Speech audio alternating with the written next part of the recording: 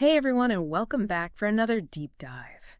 Today's topic is something I know a lot of you are interested in. It's that fascinating intersection of psychology and spirituality. Yeah, it's really having a moment. It really is. And guess what?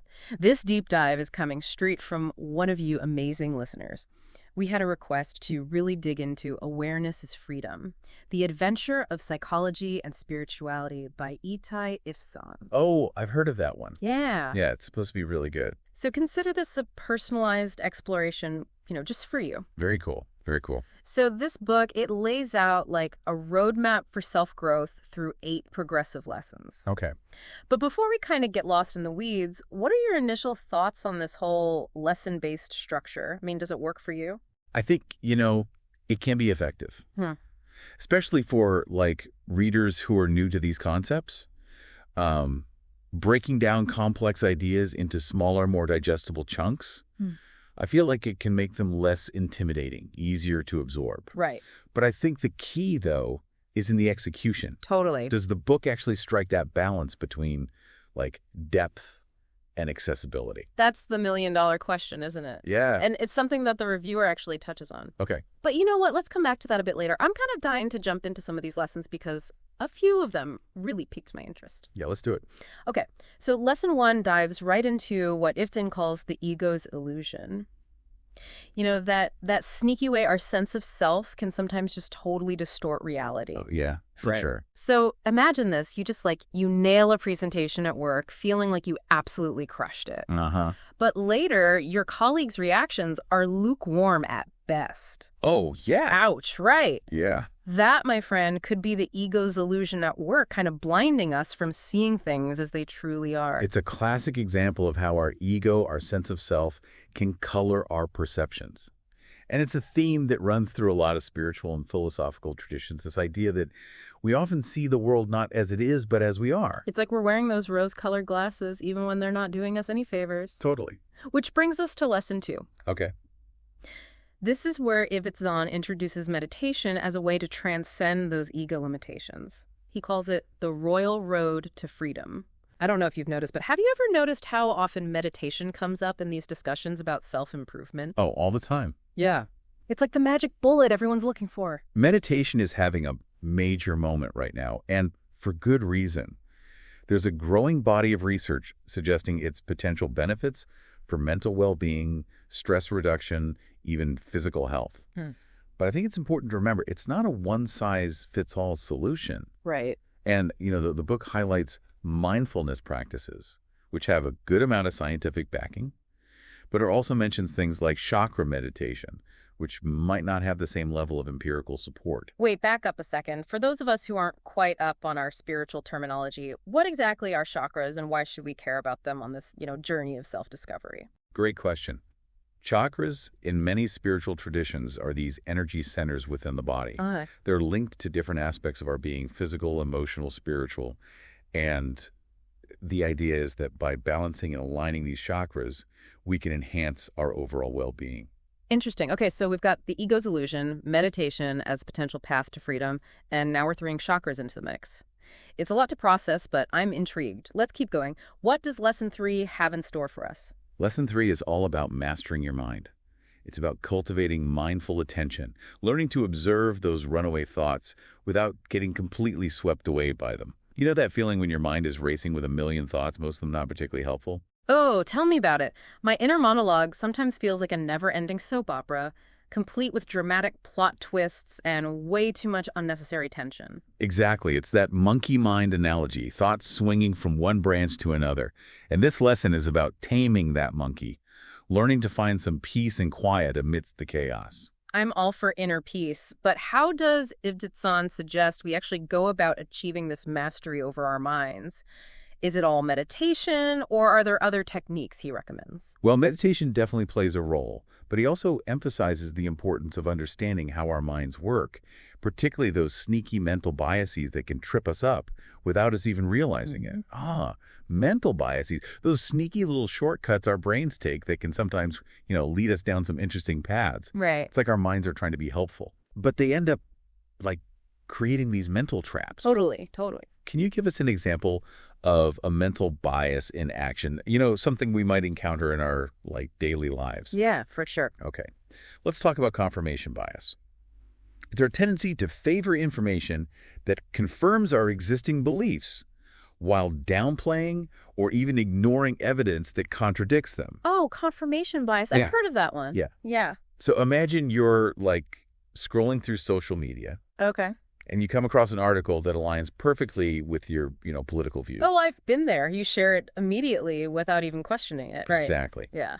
And on the flip side, if you stumble upon an article presenting an opposing viewpoint, you might dismiss it as biased or unreliable Right. without really engaging with the arguments. Interesting. That's confirmation bias at play. It's like we're building these echo chambers around ourselves. Totally, yeah. Only hearing what we want to hear. Yeah, and it can be really tough to break out of that. No wonder it's so hard to have productive conversations these days. Right, and it's not just limited to politics either.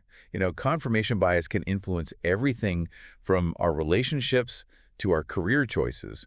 It's a fundamental part of how our minds work. Wow, it's like it's everywhere. So back to the book. Does Ifsan offer any solutions for overcoming these mental biases, or are we doomed to wander around in a fog of our own making? He definitely provides some strategies. He emphasizes the importance of self-awareness, of recognizing those biases in ourselves first and foremost. And he also talks about cultivating critical thinking skills, learning to question our own assumptions, and being open to different perspectives. That makes sense. It's like shining a light on those blind spots, those areas where we might be unknowingly letting bias kind of cloud our judgment. Exactly. And that actually ties into lesson 4, where Ifsan encourages readers to move beyond the ego and connect with their authentic selves. Okay. It's about questioning those limiting beliefs and stories we tell ourselves that might be holding us back from living a more fulfilling life. I love that idea of connecting with your authentic self. Yeah, it's powerful stuff. But is that even something like psychology recognizes, or is it more of a spiritual concept? That's a great question. And it's actually a bit of both. Humanistic psychology, with figures like Carl Rogers, places a lot of emphasis on the authentic self. This idea that we all have this inherent drive to become the best, most genuine versions of ourselves. So aligning with your true self, your authentic self, is a key part of personal growth. Absolutely. And this is actually where the reviewer felt Ifsan could have made some stronger connections. Oh, really? Yeah. They felt the book missed an opportunity to draw more explicit parallels between these spiritual ideas and established psychological theories, particularly in areas like humanistic and transpersonal psychology. Okay, I see. For example, transpersonal psychology explores those aspects of human experience that transcend our individual ego, our sense of separateness. It delves into things like mystical experiences, altered states of consciousness, and the interconnectedness of all things. Concepts that really resonate with the spiritual ideas Ifsan presents, but those connections could have been made more explicit. It's like those connections are there just below the surface. Exactly. But the book could have done more to weave them into the narrative. Yeah. To really enrich the reader's understanding. Exactly. It's like the book hints at these rich psychological insights without fully exploring them. And the reviewer also pointed out a similar issue with the book's use of psychological tests and scales. Oh, yes. I was curious about that. The book includes these tests throughout, but I wasn't sure if they added to the reader's understanding or just felt out of place. Right. It's almost like they were included to add a veneer of scientific credibility, but sometimes they felt more distracting than helpful. It's like trying to measure creativity with a ruler. It just doesn't quite work. Exactly. And speaking of scientific credibility, the reviewer did point out a limited number of scientific references in the book. Yeah. Which might raise some eyebrows considering it claims to be backed up by scientific findings. It's a good reminder to always maintain a healthy dose of skepticism, right? Absolutely. No matter how intriguing a book or idea might seem, it's always wise to look for that balance between personal experience and scientific rigor. Totally. But before we get too caught up in questioning everything, I want to jump back into those final lessons. Lesson 5 is all about challenging mental biases, which we've already touched upon. But what about lessons 6, 7, and 8? What nuggets of wisdom do those offer on this journey of self-discovery? Okay, so lessons 6, 7, and 8. Let's dive in. What are the key takeaways from these last few chapters? Well, Lesson 6 focuses on the art of now. It explores different meditation practices to cultivate presence. It's about finding that sense of stillness and awareness in the midst of our busy lives. It's like hitting the pause button on that never-ending to-do list in our minds, right? Exactly. And this is where those different types of meditation we talked about earlier come into play. Ibn highlights mindfulness practices, which, as we know, have a good amount of scientific support.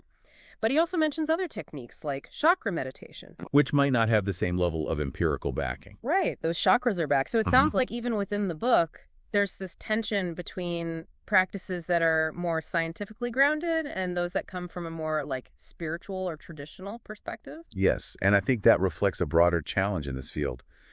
How do we honor both the wisdom of ancient traditions and the rigor of modern science? Right. It's something to keep in mind as you explore these different practices. It's about being discerning, right? Yeah. Not dismissing things outright just because they haven't been like scientifically proven, but also not blindly accepting everything at face value. Precisely.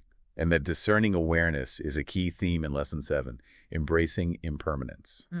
This lesson draws on the Buddhist concept of impermanence, the idea that everything is in a constant state of flux, always changing. It can be a challenging concept to grasp, Yeah. because our minds naturally crave certainty, a sense of solidity in a world that often feels unpredictable. It's like trying to hold on to water.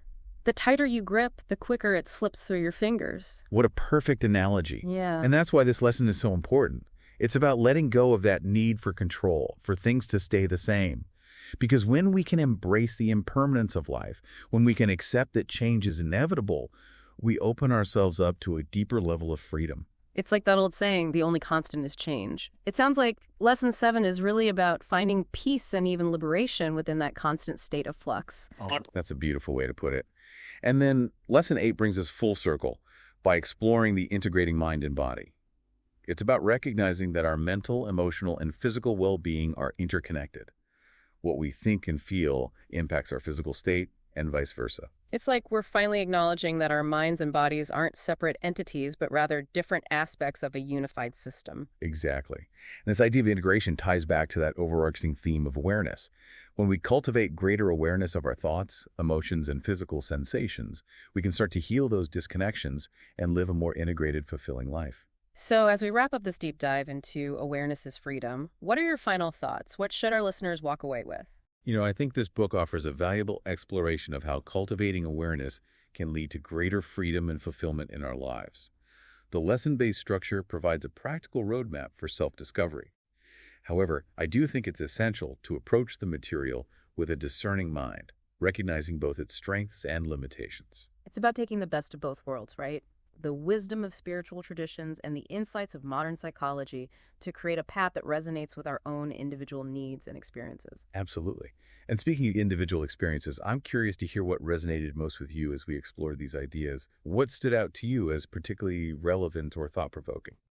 That concept of the ego's illusion really struck a chord with me. I think it's so easy to get caught up in our own heads and our own limited perspectives. And, this book is a good reminder to kind of step back, to question our assumptions, and to be open to the possibility that there's always more to learn and discover about ourselves and the world around us. Beautifully said. And that brings to mind a final question for our listeners to ponder. The book emphasizes achieving freedom through awareness. But in today's world where we're bombarded with information and constant stimulation, how do we cultivate the kind of awareness that truly liberates rather than overwhelms us? That's something I'm still grappling with myself. What a powerful question to end on. It's so easy to feel like our awareness is fragmented, pulled in a million different directions.